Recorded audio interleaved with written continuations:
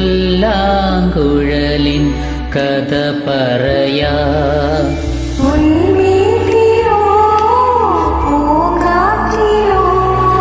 പുൽമേട്ടിലോ പൂങ്കാറ്റിലോ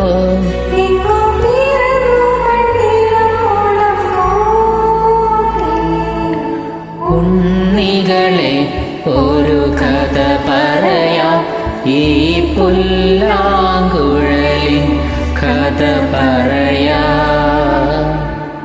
thank you.